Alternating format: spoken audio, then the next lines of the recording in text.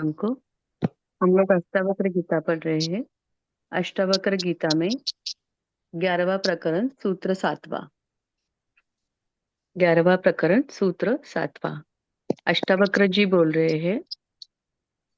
अष्टावक्र उवाच आ ब्रह्मस्तंभ पर्यन्तम् अहमेव इति निश्चयी निर्विकल्पः शुचिः शान्तः प्राप्ता प्राप्त विनिवृतः आ ब्रह्मस्तंभ पर्यन्तम् अहमेव इति निश्चयी निर्विकल्पः शुचिः शान्तः प्राप्ता प्राप्त विनिवृतः। ब्रह्म से लेकर तृण पर्यंत मैं ही हूँ, ऐसा जो निश्चय पूर्वक जानता है वह निर्विकार, शुद्ध, शांत और प्राप्त अप्राप्त से निवृत्त होता है। ब्रह्म से लेकर तृण पर्यंत मैं ही हूँ, ऐसा जो निश्चय पूर्वक जानता है वह निर्विकार, शुद्ध, शांत और प्राप्त अप्राप्त से निवृत्त होता है। हरिओम।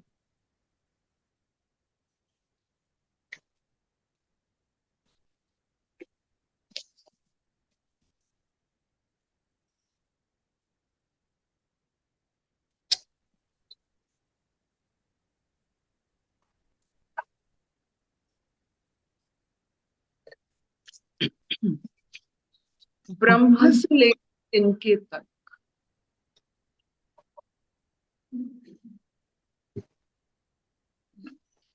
जिसको इनमें से एकता दृष्टि आता है कि सब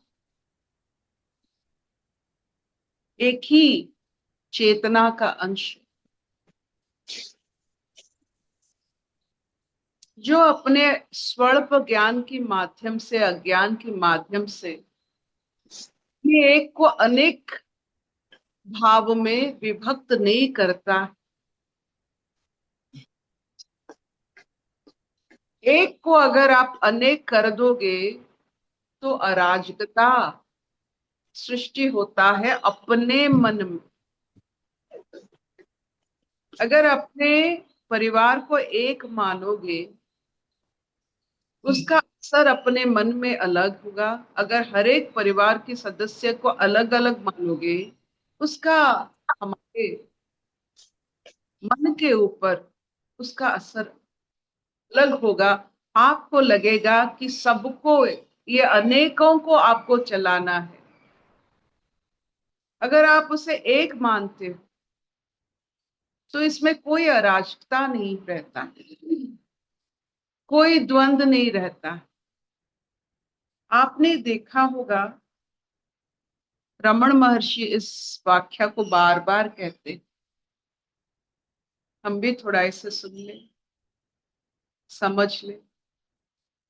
हमारे मंदिरों में बहुत सारे स्तंभ होते हैं। ये स्तंभ में बहुत नक्काशियां होते हैं।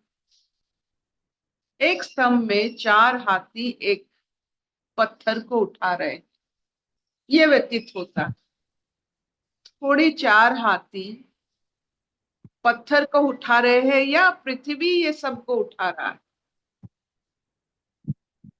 हमें प्रतीत होता है कि हम उठा रहे हैं, लेकिन अक्सर यही होता है कि ये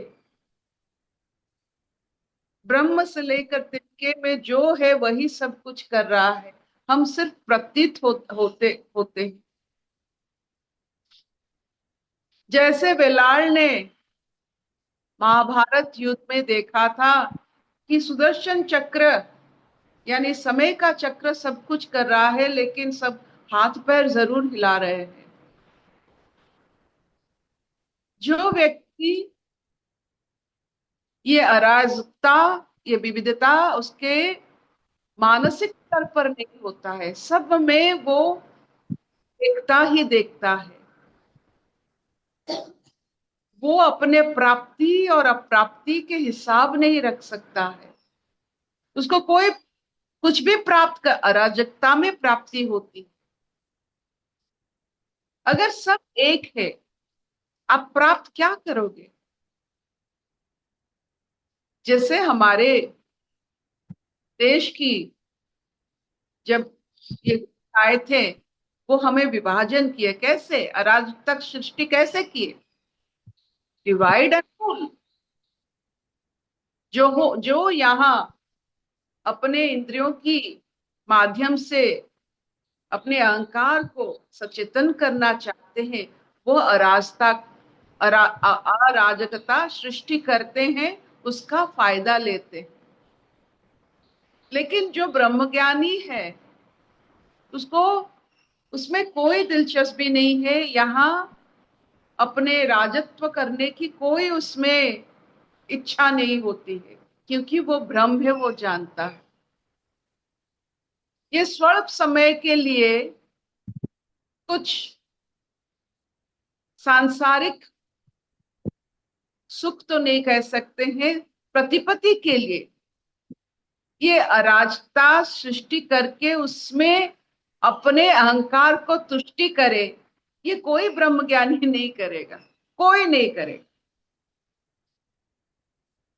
तो आज का श्लोक का यही वाक्य है कि जो ये जानता है कि इसका स्रोत वही अव्यक्त है, आपकी अव्यक्त भाव से इतने सारे आपके मन में, आपके अज्ञान के हिसाब से इतने सारे जो मन में आपकी मानसिकता है, ये सब और सब जो मानते हैं कि ये ब्रह्म से ये तिनके तक एक नहीं है, अगर ये मान ले सब कुछ एक ही है, मैं एक ही का हिस्सा हूं, वो ना प्राप्त करने की इच्छा लगेगा, ना उससे अप्राप्ति कुछ लगेगा। सब तो एक ही है, किसको लेना है?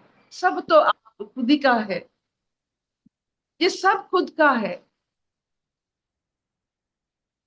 जैसे कोई अमीर घर में कोई बच्चा पैदा होता है, तो एक दिन का बच्चा पूरा उस अमीर घर का खजाने के ऊपर उसका हक हो जाता है बिना कुछ किए।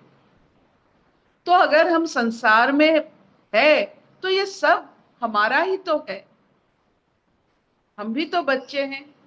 ये सारा संसार, ये ब्रह्मांड सब हम ही का रचयिता की अगर हम अंश है, तो ये रचना हमारी है। तो ये बहुत ही बढ़िया श्लोक है कि बिना विभक्त किए हम राजा बन सकते हैं और हम चैतन्य पूर्ण हो सकते हैं। ये विभक्त करते करते अज्ञान को आहिस्ता आहिस्ता उसमें डालते डालते, जैसे सोने में बहुत खाद डालते डालते सोना ही नहीं बनता है, कुछ उसमें नहीं बनता है, टूट जाता है, वैसे ही हम अपने एकता पर अविश्वास करते करते मानसिकता इतने सारे इच्छा वासना जागृत करके रखे हैं कि अपने आप को स्वयंभू मानने के लिए तैयार ही नहीं हो पाते हैं। इतने खाद कि बन ही नहीं पा रहे एक। ये एक होता क्या है? ये जो ब्रह्म से लेकर तिनके तक, तृण के तृण तक एक है, इसका मतलब क्या होता है? कि सब सही है।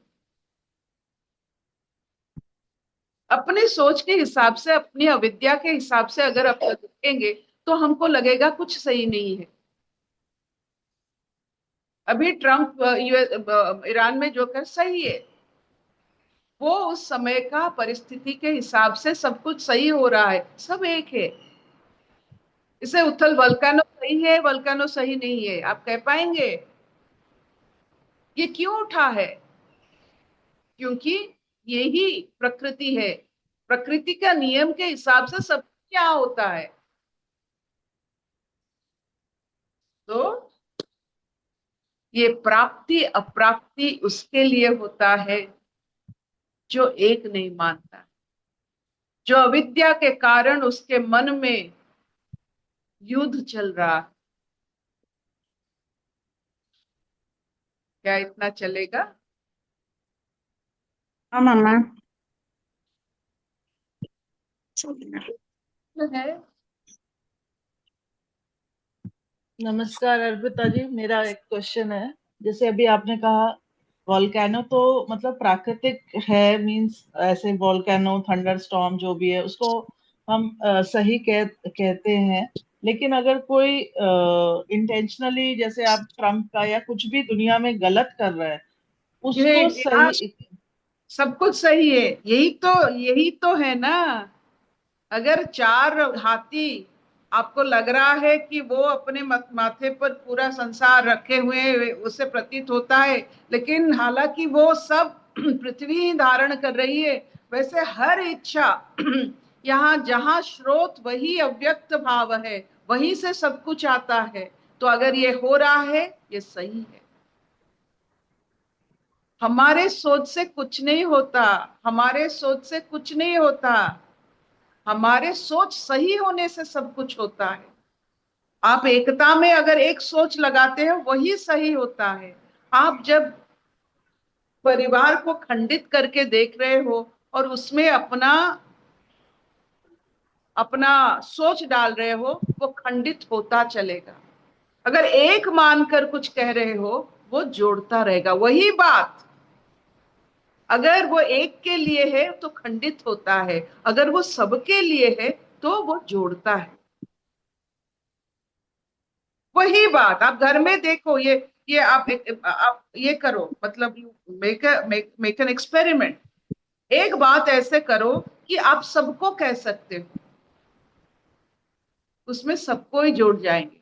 अगर ऐसे बात करोगे जिसमें सिर्फ एक ही को कहा जाता है एकांत में और सब अलग, उनको नहीं कह सकते, वो तोड़ देता है।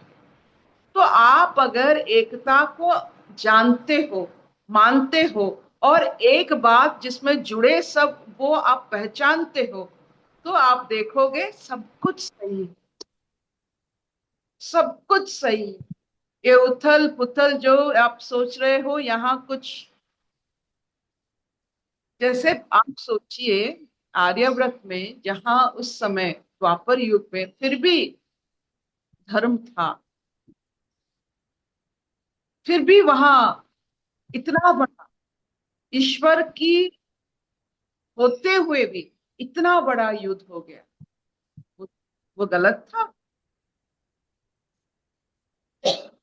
उस वक्त के लिए वही सही था। इस वक्त के लिए ये सही।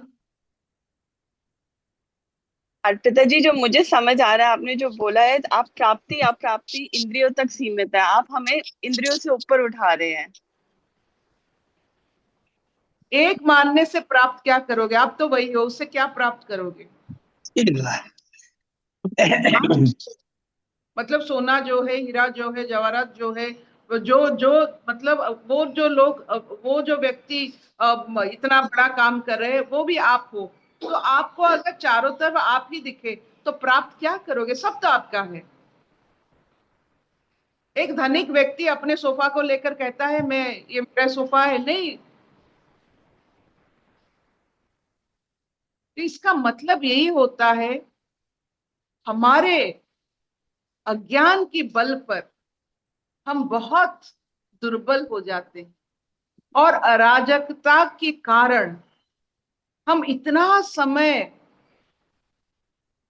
इसमें लगा देते हैं कि समय नहीं बचता हमारे लिए सोचने के लिए। बस घुसे जा रहे हैं कि ये ठीक हुआ, ये ठीक नहीं हुआ। कितना हमें ज्ञान है, कितना आप 1000 साल के आगे देख सकते हो कि आज की वो जो हलचल मची है उसका असर 1000 साल के बाद क्या होगा। तो ये नहीं देख पा रहा है उसको सही गलत की क्या आवश्यकता है। हो रहा है, स्वीकार कीजिए, सब सही हो रहा है। ठीक कहा, आप बिल्कुल। आपके घर में अगर द्वंद्व हो रहा है, सही हो रहा है ठीक करने के लिए। आप देखोगे घर में एक कंदल हो जाने के बाद सब शांत हो जाते हैं, क्योंकि मन की भड़ास निकल आती है। मन का भड़ास मतलब अज्ञान अगर बाहर हो जाता है, सब कुछ सही हो जाता है। तो मत ठीक है सोच। अर्पिता जी, आप हाँ हाँ हाँ, बोलिए बोलिए। अभी अभी जो आपने इतना सब समझाया और पहले भी बताया, जो भी सृष्टि में जन्म लेता है सारी सृष्टि उसकी हो जाती है। जो आपने बताया राजा के यहाँ कोई जन्म लेता है तो उसका सारा कुछ राजा का हो जाता है, ऐसे ही जब हम यहाँ जन्म लेते हैं तो सब कुछ हो जाता है हमारा। राजा जन्म लेता नहीं है, राजा का बच्चा जब बिना कर्म किए उसके पिता का हर एक चीज उसका होता है। ईश्वर बिल्कुल अगर बिल्कुल। है तो उसका हर एक चीज हमारा है, यही सोच है। हाँ, यही थी। कल ऐसे ही विचार आ रहा था तो शाम को हमें बैठे बैठे ध्यान आया, तो हमने ये भजन गाया था कि ये रथ मेरा मैं राजा हूँ। तो बहुत बहुत अच्छा लगा था गा के, क्योंकि अपने को ही पूरा समझने में बड़ा अच्छा लगता है। आज की जो पहली शुरुआत है जो वाक्य की, उसको ध्यान में लाइए। ब्रह्म से तिनके तब सब एक ही चेतना पर एक है। तो शारीरिक तौर पर अलग दिख सकते हैं, लेकिन चेतना एक होता है। ये जो समझ लेता है उसमें वार नहीं करता, उसमें अपने अज्ञान को डालने की कोशिश नहीं करता है। हमारी जो अज्ञान है ना, वो बड़ी तलवार की तरह होता है। वो सब चीज को खंडित करना चाहता है कि ताकि वो प्राप्त कर सके, क्योंकि बड़ा चीज आप प्राप्त नहीं कर सकते। आपका मन कितना बड़ा है, आप कितने ब्रह्मांड ले सकते हो। तो ये छोटा छोटा कण हमें करने की आदत है ताकि हम उसके ऊपर प्राप्त कर सके और राजत्व कर सके, क्योंकि हमें एक समझ में नहीं आता इतना बड़ा है। तो उसे छोटे छोटे खंड करके अपने अविद्या के कारण उसको कैसे हम प्राप्त कर सके, ऐसी ऐसी सोच में सब कोई अपने अंदर ये काट कुट कर, अराजकता बाहर कहीं नहीं है, अपने अंदर देख लीजिए। ठीक बात है, रजा में राजी रहना ही सही है। अशतो मां सत्कमय तमसो मां ज्योतिर्गमय मृत्युर्मां अमृतंगमय। सर्वे सुखिनः सन्तु सर्वे सन्तु निरामया, सर्वे भद्राणि पश्यन्तु मा कश्चित् दुःखभाग् भवेत्। ओम शांति शांति शांति। विजय जी इतने गंभीर, ये हमारे जो सत्संग है हमें बच्चा कर देता है, तो उसमें बच्चा सुलभ चंचलता भी चाहिए। इतना गंभीर पाठ नहीं है। आध्यात्मिकता सबको गला देता है, मतलब सब वृद्ध को बच्चा कर देता है। उनके चलन में, उनके खुशी में एक बचपना दिखता है, और उस बचपना में शाश्वत सत्य उभर आता है। इतना गंभीर बात नहीं है यहाँ। ये सांसारिक बात गंभीर हो सकते हैं, लेकिन आध्यात्मिक बात बहुत बहुत सूक्ष्म और बहुत हल्का है। इतना ठीक है। Relax sir, relax. Thank you ma'am, thank you.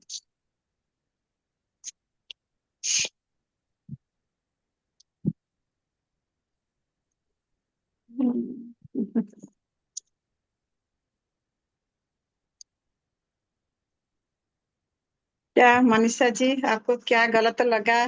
Trump का गलत आ गया, वो अपना इच्छा से किया। तुम जो बोल रहे हो